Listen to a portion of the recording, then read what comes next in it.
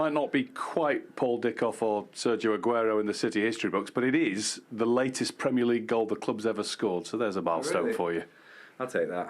Yeah, no, really pleased to be on the score sheet. I think whoever would have been in that position to get on the score sheet, I'm sure would be as pleased as I am right now. I admire my team. My team started really well, and after 4 interruptions, stop, unfortunately for Rodri, for many things. And after the first goal, like the referee asked to the captains to talk and don't allow the captain to go to the position. Incredible goal to Calafiori. We have to admit it, we defend really, really bad. The second one... It is obviously a big blow because we had it. It was 97 minutes, they extended again, and we end up conceding the goal. But obviously, it's already a miracle. You know, we play 55 minutes or 56 minutes at the Etihad with 10 men. You'll have frustrations with the result. Is it more than that, though, your frustrations today? Yeah, for sure. I prefer not to comment. It's that obvious what happened before that, what happened when they made that decision, that it doesn't deserve my comment. We already ruined the game. I don't want to ruin anything else off the pitch. Pep, it took a long time for the equaliser to come, but did you deserve at least a point today? Yeah, definitely. How frustrating was that second half? Because there was a lot of time wasting, a lot of gamesmanship. Yeah. It was frustrating at times to watch. How was it for you? We lose our control. The referee gives 7 minutes, it's his problem. Last season, for many reasons, gives 12 or 30 minutes, but it's not the point. So it's what it is. So they did their own plan. I understand 10-11 to delay the action is normal. So at the end, 10 against 11 is not easy to play for a long time. They come from many games in a short time for physicality. Congratulations, Arsenal, because they defend so compact, blocking and doing that. It's nothing to say, but at the end, yeah, we create enough chances, not easy. We were patient, we didn't concede faults because they want faults and have to take time. We were in the game all the time, and at the end, yeah, we were fortunate to score when maybe we should score earlier. We have to go back a long way. Erling Haaland got your first goal. His 100th goal in 105 appearances for Manchester City. Nobody has ever got to 100 goals for one club faster. I believe you. So I saw all of them. So that's why I know it's not easy. I ask you this question so often, but you kind of run out of superlatives for what Erling Haaland does for your football team. Yeah, it's unbelievable. The action was really good. We started really well, and after the interruptions make the game a little bit more difficult, and they found a goal no, we could defend better because we were there. Exceptional goal for Calafiori, so nothing to say.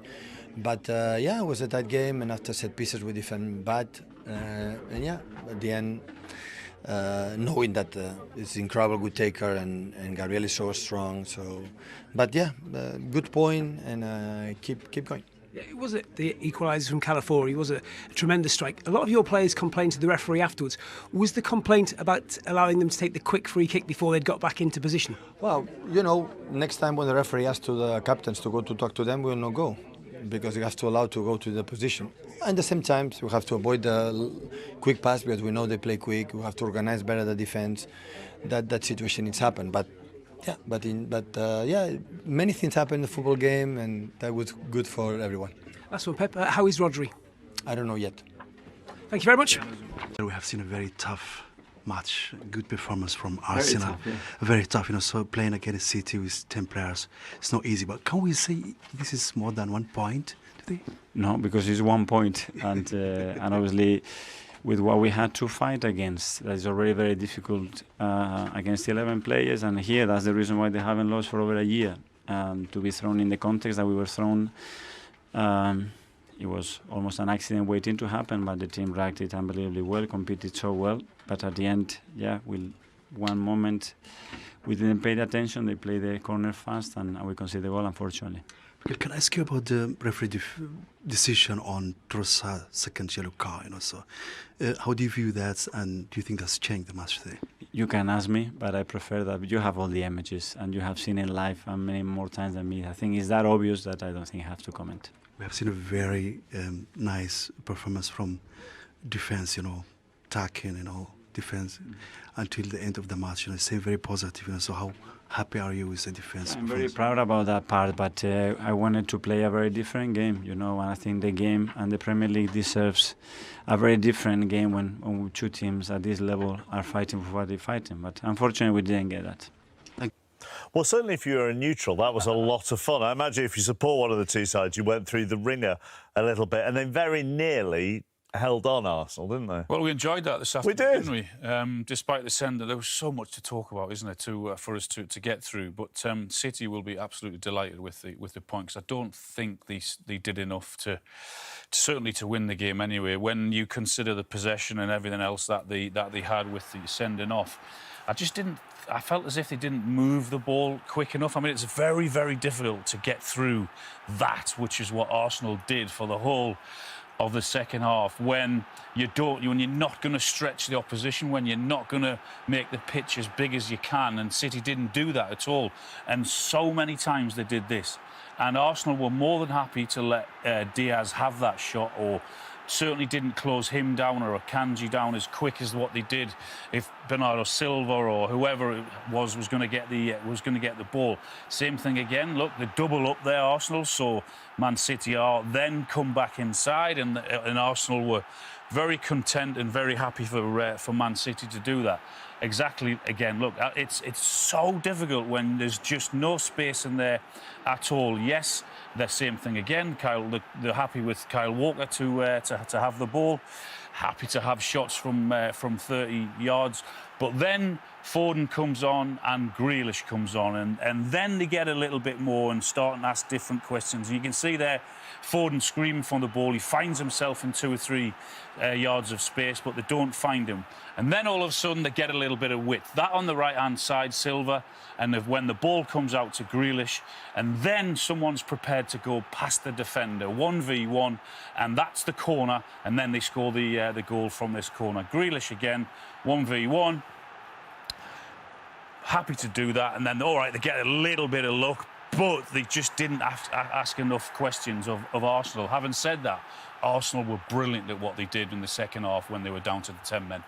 I mean, the stats for the second half are mind-boggling. Well, that sort of backs up the point, you know, when you look at the possession, when you look at the shots and the shots on target and everything else, and then look at the bottom one, the expected goals. That tells you that Man City didn't do enough with the ball against the 10 men. Therefore, to both of you, and I realise I'm asking you a tactical question here that then that opens you up both up to criticism with people going, oh, you're questioning Pep Guardiola's tactics. But could they have gone wider more, given Alan's analysis?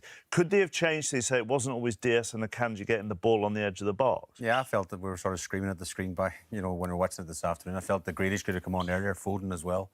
And that graph you showed then when Silva hugged the right side and Grealish was on the left side, I think it stretched them, give the defence, give them an issue, give them a problem, because it was all too predictable.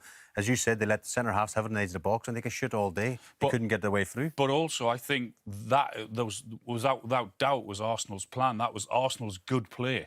That as soon as Bernardo Silva or whoever it was, a danger was going to be on the ball, then they closed them down a lot quicker. Whereas with Diaz, they were quite prepared to say, OK, well, you can have it, and you can have a shot from 20 or 25 yards. It had elements of the old Manchester United-Arsenal battles, with it was tetchy and it was physical, and neither of you two were strangers to housery in your career, your careers either. Did you enjoy this? Oh, brilliant! I mean, this for me is a bit of. It's naughty. The Arsenal fans are going to be raging. They're going to be saying, "Oh, because you used to play for City, blah blah blah."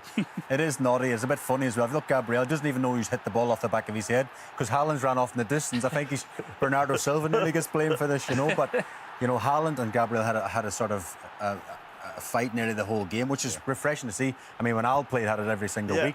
Sometimes it's a refreshing thing to see.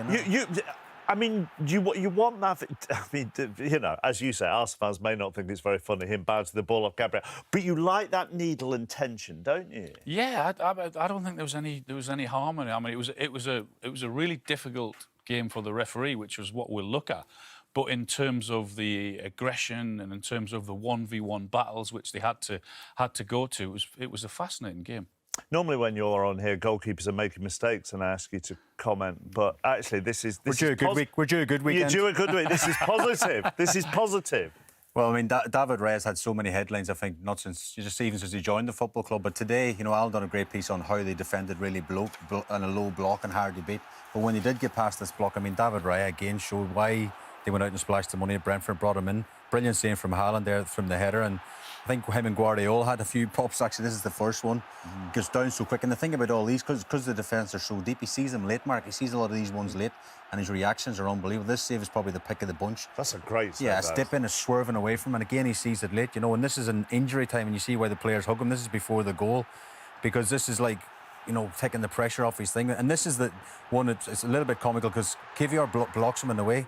And if he saved that, it was nearly a no-luck save because he had his back to play. Yeah. And if he had kept that out, I think he should maybe retire at the end of that. It would have been a no... He did the double save during the week. That would have been a no-luck double save. I mean, he's having a brilliant season. That's all competition. Oh, that's unbelievable. I mean, the save percentage jumps off the page there for me. That is number one probably in the Premier League. It's high up there, and we've seen the save in the Champions League midweek as well. Yeah. The double save was phenomenal. He's having a real rich vein of form at the minute. Right, let's look at the... virtually every time we have Arsenal on a Sunday, set pieces come in. And we're doing it... It was the same in the North London derby last week, and now we're going to do the same thing here because they've scored from another one. Well, they're not going to shy away from it. I mean, obviously, Gabriel's their main threat. Doku's trying to block him. Why I've picked out Haaland here, because he's obviously the biggest threat. The City have the most defensively, the biggest guy on the pitch, basically. For me, I'd probably have him round the back. And we've seen this last week against Tottenham. They loaded the back post, Mark, and they come crashing in round the back. And I think this is 8 minutes before they scored. It's a warning sign. Martinelli and Saliba around, and Calafiori, he's blocking Guardiola. So the space, you can see Bernardo Silva. Gabriel's powering over the top of him. That's the warning sign. You see it again here. There's this free space. He's lost Doku, and you see him coming charging in the back. Ederson's blocked off. It's literally a carbon copy of the goal. This is 8 minutes later. They've swapped Doku and Walker, you see on the edge of the box. And again, Haaland's not moved. If I was Ederson, I'd say, Haaland, I need you around the back. Come in here with Guardiola's. Fill this space. Have some more presence around the back. Because see the delivery's absolutely bang on from Saka again. Great around the back. Walker loses his man. And again, these two, Martinelli and Saliba, are blocking. Calafiori as well is blocking Guardiola again. And then it's a free run. Look at Gabriel, the biggest threat in the Premier League from any set play. And he attacks it, and it's absolutely brilliant. And then Ederson, people say, well, it's inside the 6-yard box. If you watch what these two do here, look, Martinelli and the other centre, if they block him, and it's nearly impossible for him. I don't think it's a foul, if I'm being brutally honest. I think it's clever. He just can't get out. Well, you're talking about set play coach. I think it's clever from the set play coach. You're right, Mark, he can't get out. But again, this man shouldn't have a free ride. There's the two identical set pieces, as you said, were 8 minutes apart. I mean, they are almost identical. There's so many things that you have to do correct. First of all, the ball, then the runners, then the blocks, then the desire from Gabriel to get on the end of the corner that's coming in. And you can see since he's been in the Premier League, look how successful he's been at actually getting on the end of those. I mean, his desire and his timing to get there is incredible. They're brilliant at the set piece. But I have asked this question before. If they are all loaded at the back post and you are putting all your defenders at the front post, why don't you change? I don't know. It's a good question, because what the other thing is that they're zonal. Man City are zonal, and they're watching the ball, obviously, and then Arsenal are loading the back post. They're coming from the blind side, so it's very difficult to watch the ball and then have a full turn. And the likes that they have, the centre halves, they've got the height advantage, they've got the run advantage. I think they need to change the setup. I mean, we've seen it Tottenham last week, we see it again this week. Neither team have changed their setup, and they've both conceded. I mean, we've had this debate so many times. Why do you put big man on big man? Well, I used to do the role where Haaland is when I was playing in terms of that near post. And the reason that he's there is they're saying that has to be an incredible ball to beat him, and then just to get it over him with the timing of it and the pace that they need on it. But Saka can do that. We've seen that. He's quality at doing it. Let's look at a couple of the in inverted commas contentious decisions. We'll start with the goal that City conceded. Do you have sympathy with Kyle Walker here? I do. Yes, I Sorry, do. go on, Al. Yeah. I mean, I do. I think Michael, looking back at this, will wish he had have waited and just halted that, because he does call him in to talk. I mean, he does get back into a decent position, but it's not the perfect position, and I mean, that's what happened. So yeah, I think looking back at it, that'll be the thing that he'll say he should have stopped it, because you can see him say, "I'm not back in position." Yeah. But you call the captains, or you call Saka from the far side, you call Walker, and then they have to relay that, you know, to the rest of the teammates. So it's harsh, but I think, you know, a tough one to call back. And this is the sending off, isn't it? Trossard, I mean, we've seen this already with this season with Arsenal, with Declan Rice kicking the ball. It could have been a yellow card for the challenge on Silva, Mark, to be honest, and then he kicks it away. I think it's the right decision. The complaints come a little bit from some Arsenal fans that I've seen. Is there some consistency? Well, I think moves if this you look away. at Michael Oliver, he's telling Doku where he wants the free kick taken from, and that's where he's knocked it back. So no, I don't agree with that in saying that he's kicked that away. I think the referee's told him or telling him where he wants it, and he's knocked it back there. All right, so unfortunate on Kyle Walker, fair enough on Trossard, and fair enough on Doku. Is that what you're about to say? I don't think it's unfortunate, Kyle Walker. I think probably Michael, in general, I think, has made the right call. You could argue he's back in the back four. It's a good ball. They've played it quick. But at the same time, he doesn't get the opportunity to tell his teammates, need to calm down. Did I get answer that right? Did you what? Happy with that answer? Yeah, I am, yeah. Okay. I just wanted to clarify. Okay, that's all. It's not about whether I'm happy or not. Are you happy with your answer? I'm happy. Right. Everything they did, it was like there was an inner belief, we can do this. I really felt that tonight. And I thought they deserved to win it because of that, because of the way they stuck at the second half. Not because they were the best team, not because they created chances and were going to score goals, but because of what they had to do against arguably the best team in the world, the best club side in the world. As we always say, David, there's two sides to the game, isn't there? Yeah. The dirty side is every bit as important as the bit that we all turn up to watch, the entertainment. They've done a brilliant defensive job in the second half. He changed to a back five in the second half, which in itself, you're winning 2-1, it's a big decision. I think he's gone there. I think before the game, if you'd given him a point, he'd have said it all day long, I'll take a point here at Man City. And to be fair, it looked as if he was going to get 3, and you rightly said, he probably just about deserved to get the 3 points. But as I say, Man City with the quality they've got, just keep knocking at the door, and they get something from it. 6 seconds. I know. Yeah, this is the first time they got down that side. You know, Grealish, change of pace. Timber was fantastic. You know, they didn't get any joy whatsoever, Doku. And when they did break that down, it was a flat cross, corner, and they switched off. And I know it's 98 minutes, whatever it was. And they're the small detail, because when you've got Ruben Dias 5 shots from outside the box, you're quite happy with that. Crossing from nowhere, Raya collecting the ball. It seemed to see like an Arsenal team that was set, and even going long, it's just one of those things they conceded. And it's funny when you mentioned Jack Grealish doing that. When Jack came on, he actually clogged it up for City in many ways. Inside. He didn't play wide for a lot of the time. He went inside like he was playing for England at that number 10 role. I'm saying to you lads, what, there's no one here. They didn't have an out ball left side when they were trying to, and the idea is to stretch him a bit. Suddenly Jack ends up wide left, last minute of the game, wins the corner, takes it quickly. Spiciness, and I'd suggest you're watching the wrong sport. Proper game of football. Just bit of spite. Yes. Bit of needle. Yeah. There's a genuine rivalry between Arsenal and City now. We're winning 2-1 at half time. I thought when we were watching the game it might actually have done them a favour, going 10-10, because then they could bank in, try and defend, try and get something out of the game.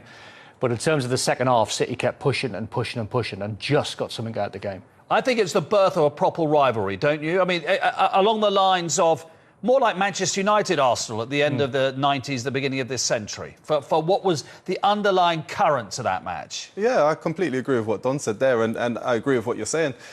You look at the needle that was in the game, and that comes from the competition being really, really tight, really close, the levels, quality being very close to each other as well. City know that Arsenal are not far off their level now. City, for me, are the best team in the world in terms of the way they play football, the way they retain possession, with a clean sheet. City will be a little bit worried about them now. Yeah, it's the latest goal Man City have ever scored, 97 minutes and 14 seconds. Chris, lots to talk to you about. Let's just go through chronologically, though, what happened with Erling Haaland's 100th goal for Manchester City in just 105 games. Great spin by Savinho. Frightening. Pass. Incredible. Talk about the way to pass all the time. That can quite easily go wrong if you underhit that pass, if you overhit it, but you put it right into the stride. And Haaland, anyone around the world watching Haaland bearing down on Raya 1v1 would have known it was inevitable. Does Calafiori get too tight to Savinho? Yeah, a little bit, but even the two centre-backs, which is unlike Saliba and Gabriel to be so far apart, you could try and step and play him offside, but I think they knew he was in a world of trouble, so they tried to back themselves in terms of the pace, but what a start to the game. Yeah. I mean, a goal a game at this level is off the scale, isn't it? 100 and 105.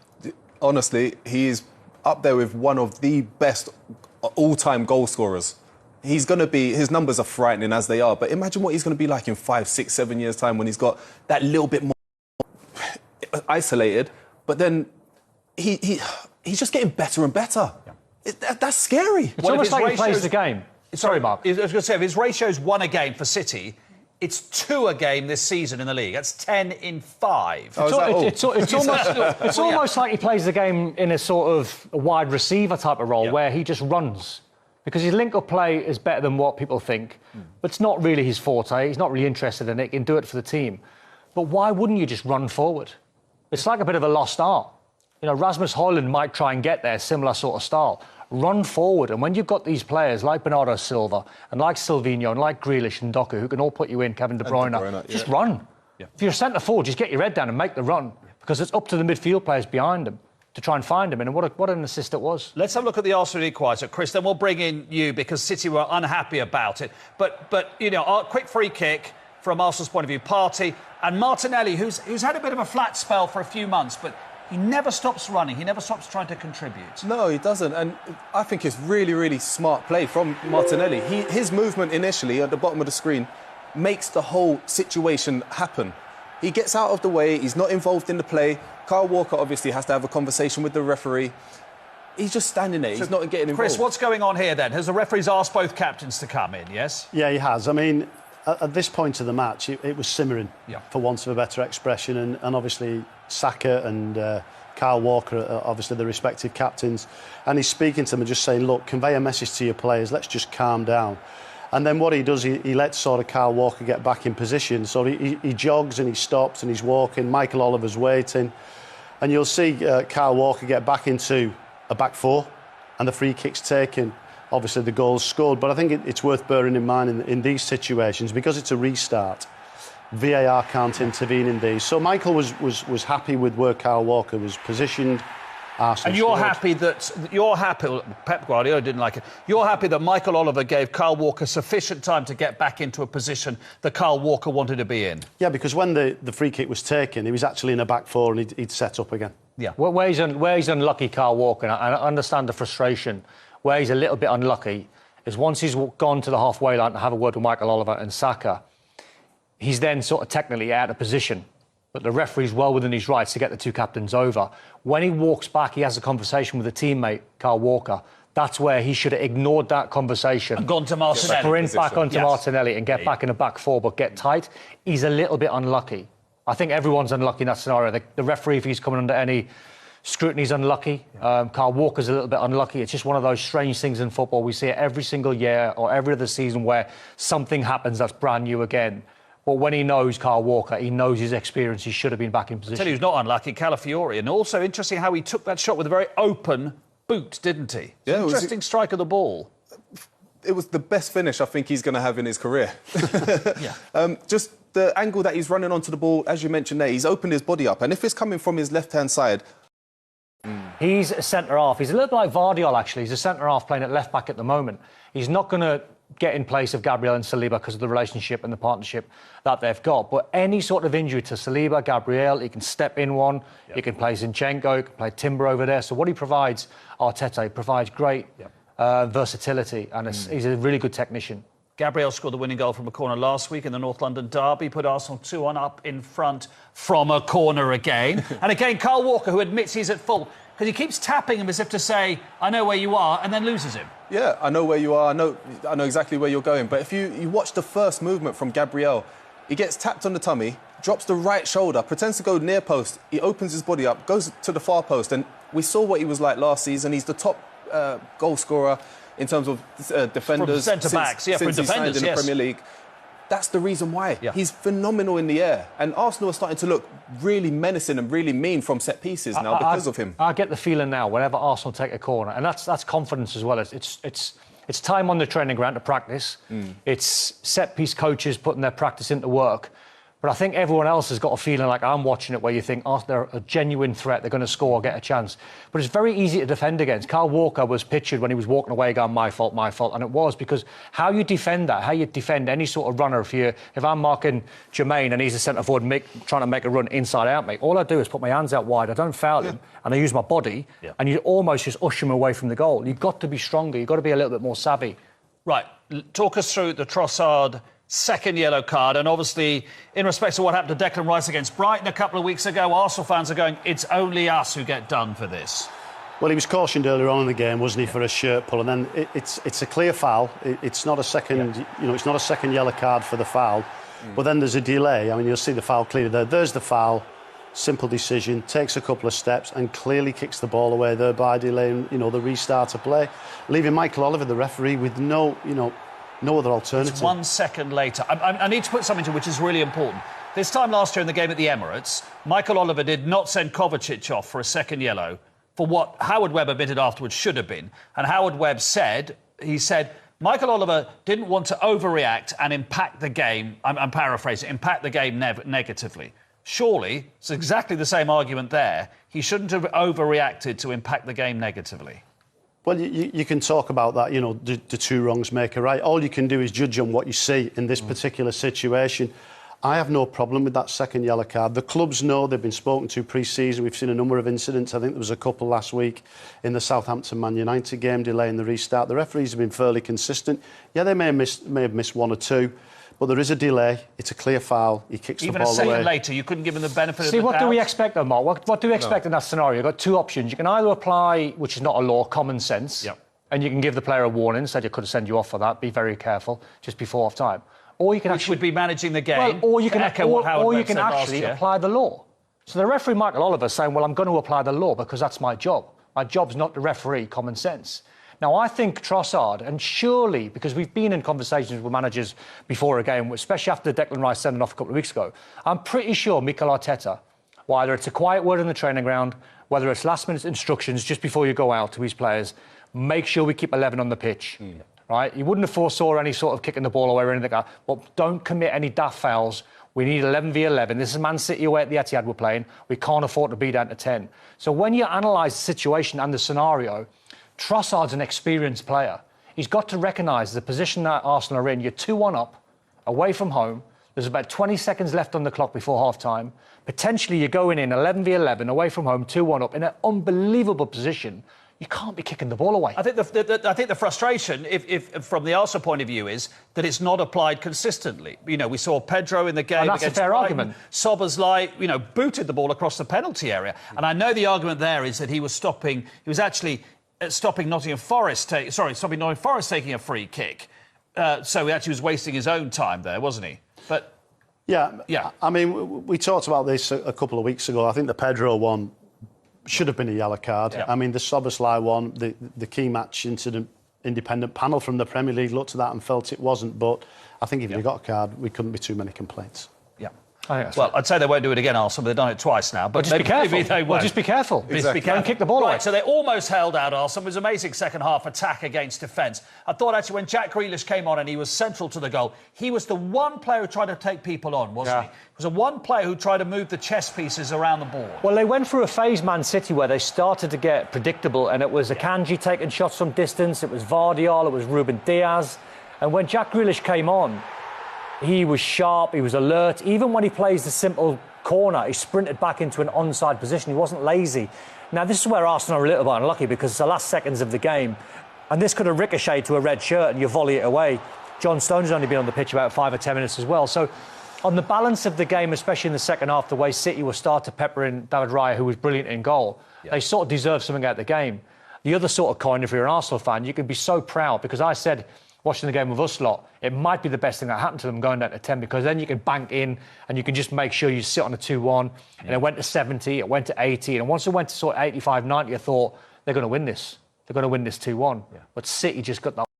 What a goal that was. Just when they needed it. We just want to show you what happened after the goal. If this underlines the needle, if you think, they're going over the top, this underlines the needle. So the ball goes in, just keep your eye on Erling Haaland. There, goes and gets the ball. And look what he does. Cosy, well played, sir. It's like, right, we're coming for each other. He's tough, isn't he? He's a bad boy. We love it, though. We love it. That's what makes him amazing. Now that, in a serious point to finish with this, I mean, even today he knew that. But when you referee Arsenal, Man City, Arsenal now, as refs, you go, this feels like it's gone to another level now, wouldn't you, as the man in black? I wish it was me. Oh, yeah, exactly. We've had a great afternoon. It's the hot game, isn't it? We've had a hot game. Yeah. If you're a referee, that's the one you want to ref. Absolutely. Back. to the top of the Premier League. Did you feel it was one of those games where perhaps City weren't going to get through the way it was going there? I did, yeah. Eventually, at the end of it, I was looking at it thinking, can Arsenal hang on this whole way? And then as soon as they started getting close to 70 and then 80, I thought they're going to do this. Not easy at all. I mean, I'm sure City fans would have been screaming at their telly of how to break Arsenal down. It's not easy at all. Putting 10 men literally camped on the edge of your box, it's never easy. But Manchester City are used to that. You know, the teams come with 11 men and do that a lot of the time. They had it so they should be used with to Inter in the Champions League. Exactly, exactly. And it's very difficult for someone like Haaland to get a touch of the ball. All I ever hear about is, oh, Haaland never touches the ball, never touches, scores all these goals. Yeah, that's how teams defend against Manchester City. It's impossible for a centre forward to get a touch half the time. It's not that he's not good on the ball. It's just that's how teams play against them. So it was really difficult. Tough night for Manchester City. Obviously, Rodri getting injured as well early on. That could be a big blow. It remains to be seen what's happened there. But a fascinating game, and I'll just be delighted to keep that unbeaten run going at the Etihad, and obviously not lose any. One of their main arch rivals. Is that the mentality again, that they just keep believing, keep going, they don't know any other way? They really, and the way they played, you know, as Michael just touched on there, some Manchester City fans or some football fans would have been screaming, just get it in the box, just do this, just do that. Haaland's marked tightly. Anything that was chipped in, David Raya dealt with exceptionally. So they had to be patient. They had to be patient. And Arsenal kept giving up. They gave Guardiola and Diaz space. And you two can shoot. 20 yards out, no problem. We'll deal with everyone else. So City had to keep being patient. They had a few pot shots, no success. They had to stay patient, stay patient. And I still think they would have died on their sword. Even if they'd lost this game, I don't think Guardiola would have complained. I think the team would have carried on exactly how they are, because that's how they play football.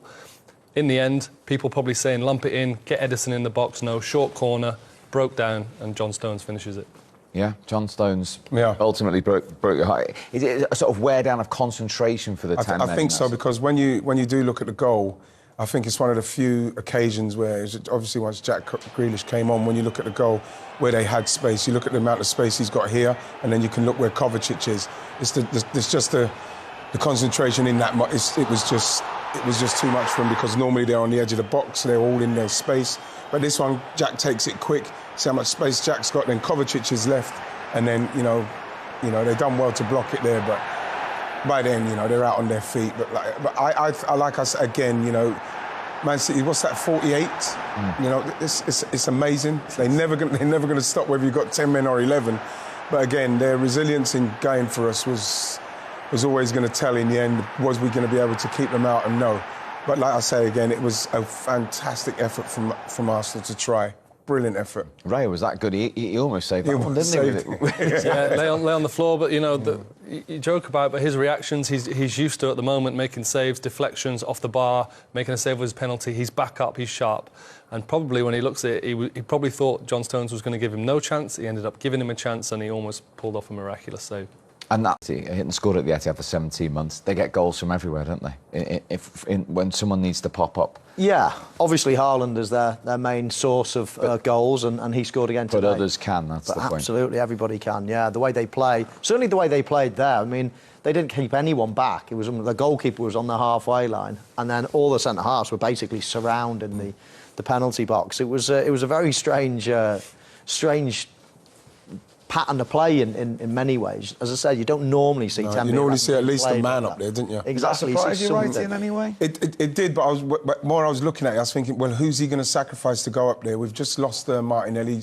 Jesus came on, and we probably need him on that left side as well to help Miles Lewis-Kelly. But I was thinking, we need to give them a break, because even when we used to do that in training, you was able to kick the ball up so as the defence can come up and have a breather. They never had a breather.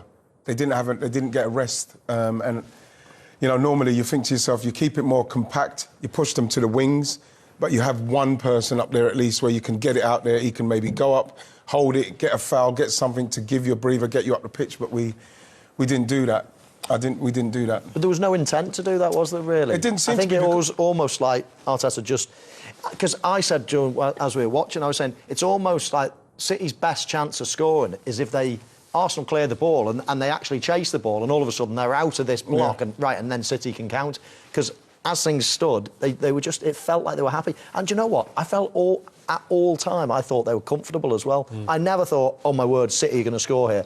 They're you know, absolutely peppering them. Yes, they had the ball. Yes, they were shooting from distance.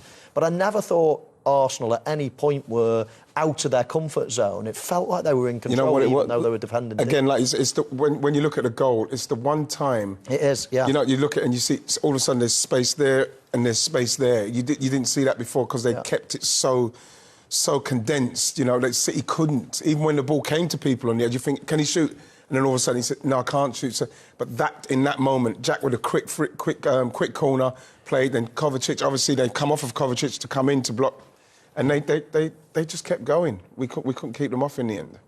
Almost got this.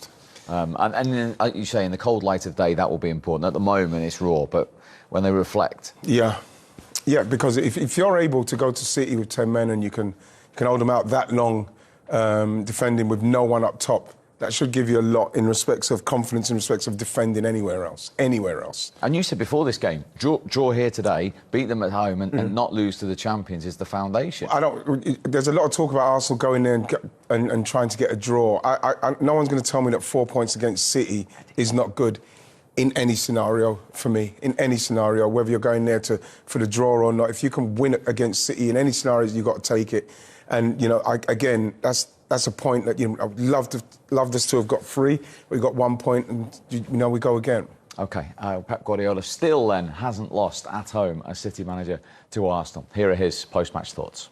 Sometimes the words are hard to find. Just relentless pressure, an unbelievable game. What are your thoughts on the whole of what we've just seen? Yeah, it was. Many things happened since the second 2.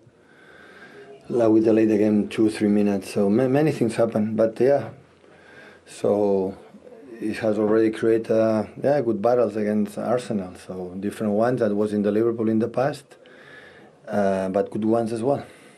Tell us how hard it is, second half against 10 players, and you know they're going to play like that. How hard is it to break through? We play 5-3-1, one player more up front, like happened with Brighton, but they put 4 players in line, so incredible toll, incredible commitment. I think we are not able to do that as a team. So big compliment from Arsenal because they defend every single ball, every single block until the end. You know, of course we create chances, maybe not clear because it doesn't matter the crosses. You have John, have Erling, you have Gundo in more spaces, but they have, you know, Calafiori and have Saliba and have. Gabriel and have Partey and Rice and, you know, in these communities it's so difficult. But we did really well because the second balls we didn't do false because they want to stop the game. We know how much to stop the game at the second half, but we did really well. We were patient enough for the for the turner right, left, right, no cross to cross, you know, look the right moment, and at the end we were fortunate, or we got what we tried to win in the second half. Certainly for the home supporters, all that stopping, it's very frustrating. It must be for you as well a bit, but can you admire it as well, the way Arsenal did it? I admire my team. My team started really well, and after, for interruption to stop, unfortunately for Rodri, for many things. And after the first goal, like the referee asked to the captains to talk and don't allow the captain to go to the position. Incredible goal to Calafiori. We have to admit it. We defend really, really bad the second one, and saying that they are unbelievably good, incredible taker. Gabriel is so strong in that positions. But so happy for the performance, for the result, and 99 points left. So many things are going to happen. Thanks, Pep. You're very welcome. He alluded to what you spotted there on the equalising goal there, that the referee asked the 2 captains across, which we went through at half-time. That's what we thought Pep Guardiola wasn't happy about at the time. Yeah, I don't think he was. I don't think he did. I don't think he noticed that, and I think he was just frustrated in the moment and was frustrated at Kyle. But you know, hindsight's a wonderful thing, and we were able to see it from. It took us a while to work out what's everyone so unhappy about. But yeah, it seems like an age ago, doesn't it? But that was so much happened in that game. It was such an important moment. It was so important, but it probably won't even get a sniff in the highlights. But here we go again, trying to take control, like we say. The first half was so frantic, so much going on, some really tetchy fouls. shoulder barges, and Michael Oliver felt like he needed to get the captains together. Not a problem, that happens regularly in Premier League games. Get control of this, everybody take a breath. But ultimately, he's dragged Kyle Walker out of position. Martinelli stood there exactly where Kyle Walker would be, facing him up. Dealt with it, probably diffused the situation in fairness and done what he needed to do, but there he needs to be stronger with Partey and just say, you need to wait. You need to wait. Kyle's a few little things going on, everybody's sorting. Really clever from Partey, really clever. And obviously there's a bit more defending to go from here, but that's a key moment in these big games. And unfortunately, I feel like Michael Oliver could have done a lot better there. What do you think, Michael? Yeah, I agree. I think he should have delayed it just another couple of seconds. I mean, I don't think Kyle Walker sprinted to get back into position. I think he was walking, he was jogging, he was talking to people, pointing Maybe he thought around. that the referee would just give him the opportunity to get back into position. Do you think he should sprint back in, having been called out of position? He didn't go and confront the referee. No, but we saw Pep Guardiola, and he was at the outset, he was blaming Kyle Walker. He was like, Kyle, get back in, kept screaming at him to get back in. Chess-wise, Pep's 3 steps ahead of all of us, though, isn't he? So he can smell it, he can see it, whereas Kyle's kind of in, I've been asked to come here, I've come and spoken to the teacher, I'll just get back into my position. Someone else on the team, but he did amble back in. As well, though, should be standing in and around the ball. Yeah. That's one of the things that happen just naturally. I think that even when Kyle's running away pointing, he might even have been saying, someone get on the ball. It's something that you naturally do, but in the end, it was great play from Partey to get it in there. But I wouldn't want that goal scored against me, especially with the referee. So you sympathise with? I do sympathise because if you're gonna do that, and we're gonna go to the letter of the law in respect of what you're doing, surely if you're calling the captains in, you've got to give them both the opportunity while the game's dead to get back in position. Then you blow the whistle. That just seems very, very logical to me. Something like that should have happened. Yeah, I mean, it didn't matter with Saka, did it? I mean, Arsenal had possession of the ball. He's an attacking player. If he's slightly out, but as a defending team, and you're calling the right back over, you've got to let them set. And I do agree. The referee should have stood on the ball and just waited until he's back. Worst case scenario, Erling Haaland or somebody around the ball should have just stood on the ball, waited until they were back. However, I just made the point that I did think Kyle Walker was a little bit sleepy himself. As I say, he never sprinted back, or he wasn't aware of it. He did amble back, and Pep wasn't happy with him for ambling back. So, yes, it was unfortunate for City. Are we definitely sure that Pep was upset with Kyle, though? Yeah, he was screaming at Kyle. Yeah. I think his chair and his seat got the brunt of that at the time. But you weren't happy with Leandro Trossard because when we look at this, it's definitely a yellow card for the first one. He knows it's on a yellow card. He knows it's at the end of the first half. And we now know 110% that this yellow card was for kicking the ball away, not the challenge. Right, yeah. And I think that because I think that the referee, if Leandro Trossard doesn't get sent, I think that a lot of the chat would have been the mistake that Mike Oliver's made in respects of not giving Kyle Walker the opportunity to get back in position. But even that, the way he's challenged him there, that easily could have been a yellow. But for him to kick the ball away in the moment with everything what he's seen, what's happened with Declan, you know what I mean? I don't think there's no excuse for him here. You know what I mean? I think when he looks back cold-lighted, he'll say to himself, gosh, what was I doing at the time? If somebody else had made that foul and it was a 50-50 foul and he was then onto it and sort of kicked it, you'd think, he might not have known.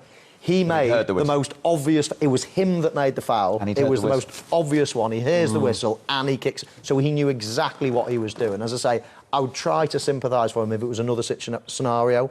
But he created a foul with a reckless foul in the first place anyway, so he knew it was a foul. He then heard the whistle and then he kicked it away. He's got no one to blame but himself. And it's such a topical discussion on the back of Declan Rice 2 weeks ago. Yeah, it really is. And, we've been talking about it, but Arsenal have managed to get 2 draws this season, and both times it was avoidable. Declan Rice was avoidable, and so was Leandro Trossard. So they put their team under needless pressure, and there's only so long and so many times you can get these results. They're putting themselves in needless situations. I get it, Trossard's hot and bothered and a couple of minutes before half-time, but as Michael just said, he knows he's barged Bernardo Silva there, so he should be bracing himself for a foul to be given. And then he's not looked to put the ball into any sort of position other than just the whack away once you've been told off kind of thing. And I think the yellow card was fair. I was saying as well, Mike, that at some stage he's going to look to even that up, because I think that was a massive mistake he made with Kyle Walker. And I think Trossard gave him the opportunity to, like, not to send him off, because Trossard, there's no one else to blame but him. But I think that something else would have happened at some stage. I think he would have evened it up some other place. Yeah, I genuinely do. Simply because I think that would have been a massive mistake from the referees for what they done to Kyle Walker there. So it was a blow for Arsenal. It was a blow for a neutral, really. Yeah. Like you and I, for instance, in here, and like these two, because the game was so good, wasn't it? Yeah. 11v11. It could have been an all-time classic. That first half had absolutely everything. You know, the tempers were running high. There was goals being scored. We wondered whether it'd be a cagey affair like at the end of last season. But with Haaland scoring early on, it sort of opened the game up, and then all of a sudden it had everything. And then, as you say, that red card just altered the whole complex of the game. You know, obviously Arteta changed. He brought Saka off. He brought another defender on in Ben White. He put a block of 6 and then 3 in front. It was, I don't know, for the neutral, wanting to see an open, free-flowing game, it probably ruined it. However, it did give us a different aspect of football, and can you break down a packed defence, etc. So it was quite interesting in some ways, but I thought it was building into an all-time classic, I must admit, and I thought the red card, even though it was justified, ruined the game a little bit. Almost got there. OK, let's get reaction from the Etihad. We're delighted to say City's equalising goal scorer John Stones is ready to... Good to see you. Well done. What did that feel like at the end, first of all, when you got that 2-2? Yeah, special one for me. Don't get too many moments where you have a vital contribution into a game, and to score like that against one of our biggest rivals over the past few years is really pleasing for me, and I suppose for the guys that played the majority of the game incredibly well, emotionally tough and physically as well against Arsenal's low block. To come up with a goal like that is pleasing for me. Your last one at the Etihad was 17 months ago against Arsenal. You only do big games, big goals, it seems. I'm trying to get in the right areas. No, the manager said to me when I came on to stay close to early and get more crosses in the box. When the boys took that quick corner and it came in there, I tried to stay within the width of the goal and see if any knockdowns. Luckily it did. Didn't get the best contact on it, but I think those are the ones that go in sometimes, definitely did today, and pleased to be on the score sheet. Yeah, a vital goal. Now, Joe Hart was watching that with us in the studio, John, and before I let him speak to you, I want to play you Joe's reaction when you scored. Have a look at this. I'm excited now. Get in. What? It was always going to happen. I told you. There's our Go on, Johnny. Johnny Stone. Johnny. Oh, I love it, Harty. John boy, congratulations, man. What a moment. Thank you, mate. Buzzing, but we were just discussing, I'm an act grown up here, even though I never do around you. We were just discussing about the game plan against the low block. Obviously, Mikel made it very clear that it was going to be a packed defence. They were never going to try and counter you. What was the instruction from the side? You said coming on there, you were potentially going to have to stand next to Haaland, more crosses into the box, but it looked like the boys were never panicked, and you felt like there was always going to be a way, right the way up until that moment, taking the short corner, for example. Yeah, no, as I said, the manager told me to go on, play in front of Erling, as I suppose if you want to look at it on the pitch as a number 10, try and get more crosses, and as you said, emotionally, I felt we dealt with it really well. A lot of changes in the game, a lot of stoppages, which we know over the past few years Arsenal have brought into the game and make it difficult, stop the flow. And obviously the sending off is a big thing as well, when they go even deeper on the edge of the box. But as you said, emotionally to stick with it and not lose your heads and get frustrated with shooting from outside the box, being more patient around that and making it. They made it difficult for us. Obviously, it's never easy to find the spaces when they've got a back six with a few in front. So we had to change it up and try and get more crosses in. And luckily the quick corner from, I think it was Jack, and I'm not sure who else, paid off. And you know, they're the fine margins, I think, in these games, and obviously another another decisive moment, if you want to call it, from their first goal with the referee and walks. Not exactly sure what the referee said to him, but I know that he called him over to speak to him, but then didn't allow him to get back into position. It could have been really costly if I'd be stood here talking without a point. Absolutely, and what it has done, 48 games now unbeaten at the Etihad where you're standing. I mean, it's some fortress you've got there now, John, to get something from the game today. Yeah, I think, you know, as Joe said there, with the emotions and our mentality, how we control that and how we have, I don't know, a positive mindset and a belief that we can always get something out of a game. I think we proved that here a few years ago when we scored 3 in 10 minutes to win the league or something like that. You know, it's never over until that final whistle, and I think everyone played their part today and contributed, and yeah, if we can keep going like that here at home, I'm sure we'll have a great chance again this season. Well, you certainly contributed. Joe's just off to work on his singing, so thanks very much indeed for joining us, John. Well done today. Thank you. Oh, mate. So, what would have been an unbelievable result? What are your feelings at the end? No, I'm so proud of the team. Obviously, we played the game in an unbelievable, difficult context already from the start, playing against the best team in the world, and then obviously after what happened, we had 2-1 up. Obviously, it's a different story, but I prefer not to make any comments about that. How hard to take is it, that goal coming so late on, after, as you've just said, the heroics your defence has shown? Yeah, it is obviously a big blow because we had it. It was 97 minutes, they extended again, and we end up conceding the goal. But obviously, it's already a miracle. You know, we play 55 minutes or 56 minutes at the Etihad with 10 men against this team. So it's already unbelievable what we've done, but for sure not a game that any spectator wanted to watch.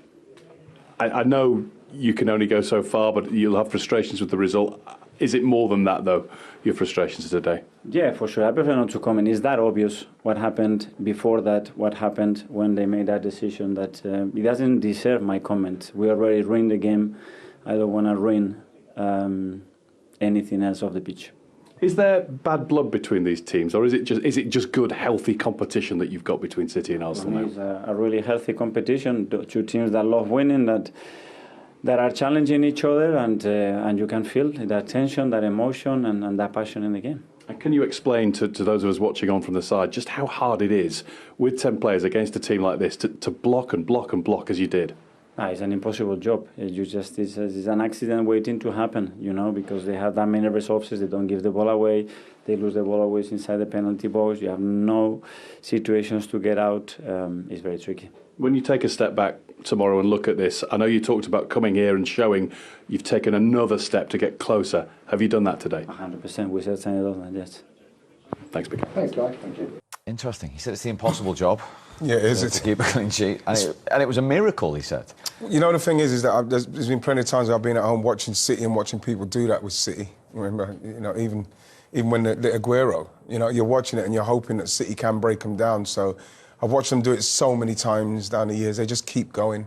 And then you get the break like they did with Jack getting the space, taking the corner quickly, and then Kovacic's getting the space. But, like, you know, it's something that it's going to be almost impossible. But, you know, you look. I think Arsenal 3 away games.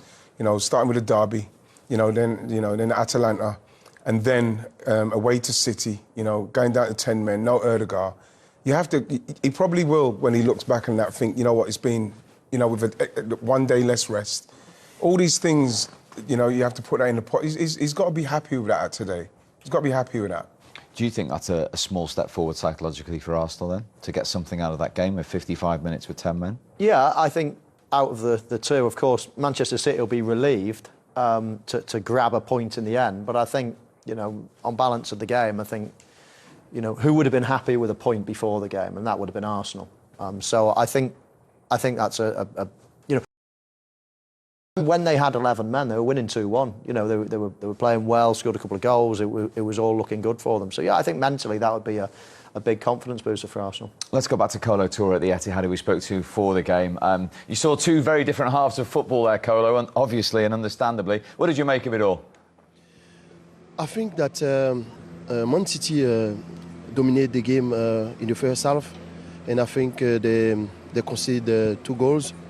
And what I think they did in the second half was fantastic, because they put that was a good draw from 2 top teams. And just on that point of defending deep, Colo, as a defender, give us a sense of the level of concentration with 10 men against the best team in the world that you need to maintain there to keep them out.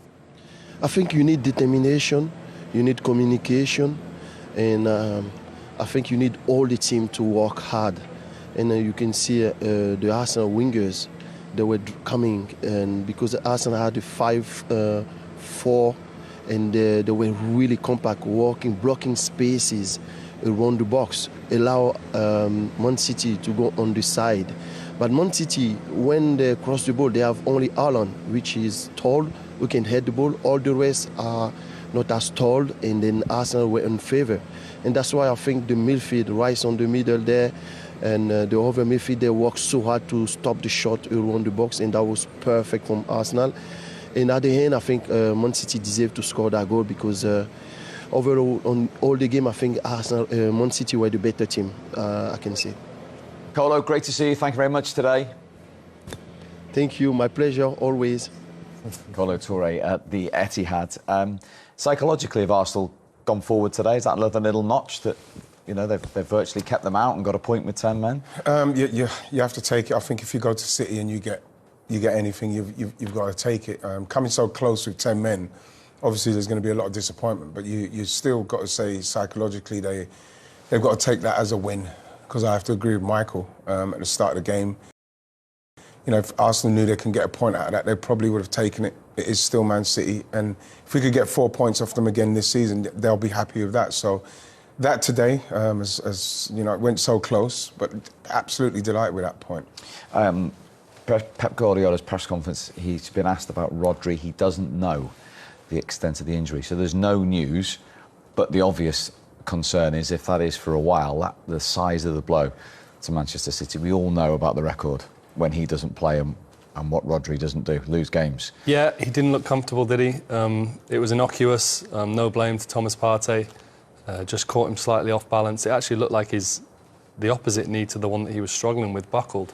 But you've just got to wait to see how these things play out. You know, he's just off the back of an injury. Are his senses heightened? Is he more panicking, or is this something that's actually quite serious? But Man City have got top medical staff. He'll be given all the right attention and all the tests that can go on. But I think this is a real highlight of what the game was like at this point. You know, you've got Akanji's in a scrap there, Partey bumping Rodri. It was electric, and it's a shame that casualties when the game's like that. But as I say, no blame to anyone, and we'll wait and see how this one plays out. And something else that's got lost in all this dramatic day: 100 goals in 104 games for Erling Haaland, Yeah. and I think it was mentioned in commentary as well. Sergio Aguero took 158 games to get to 100, and we thought that was a magnificent feat. I mean, you strikers, you're all about numbers. I mean, they're just off the charts, those kind of numbers, aren't they? It is incredible, yeah. I mean, he's playing for the best team that create the best chances, blah, blah, blah. Of course, you know, he's got all that. But to score those goals, you know, I mean, it is quite amazing. He's an absolute goal machine. He's turned up at the best team at the best time of his life. He's almost, you know, been at other clubs and honed his talent and you know, practiced his trade, and all of a sudden he's come to the best league in the world, in the best team in the world, arguably, and, you know, he gets given chances and he's the right man to finish them off. So it's just the perfect storm, you know, the perfect storm, the perfect timing, and there is no reason at all why he can't get to the next 100 in as quick a time. This is not a fluke. This is not like a 10-goal, you know, run in 5 games. It's unbelievable. This is constant. He's a constant source of goals, and as I say, there is no reason why he's going to slow down in any way. And Aguero, who you played with, obviously was right up there, and the greatest of all time. City's record goal scorer. 58 games later, he reached that. I mean, it's just it defies belief, really. These numbers. It does, and it just needs to be celebrated. You know, we've got a guy here who's come to the toughest league in the world. Apparently, you know, that's constantly said by players that have played in various leagues. And he has been absolutely unbelievable. And he didn't necessarily fit in when he came. You know, the team, that's how good a player he is. Pep Guardiola's changed his whole kind of strategy of how he uses a forward player. Credit to him. Arsenal, onwards and upwards? Absolutely. Without a doubt, you know, we've got to take the positives from that game and just go again. We know what it's going to be like trying to chase down this team. We just got to be positive and go again. And those two and Liverpool, good result for Liverpool today. It probably was, yeah. I mean, you know, there's other teams that are in this title race, but you'd have to say on current evidence that you'd think Arsenal, Liverpool and Manchester City are possibly a step ahead. There'll be a few people arguing about that, Villa fans and whatever, but that was... it's almost a good result for everybody, I think, today. It keeps it all bubbling nicely. Gave us plenty to talk about today. Righty, Joe, Michael, thank you very much for your company. Johnny Star. There we go. That was the difference in the 98th minute. Honours even from the four of us. We hope you enjoyed that. We'll see you soon. Take care.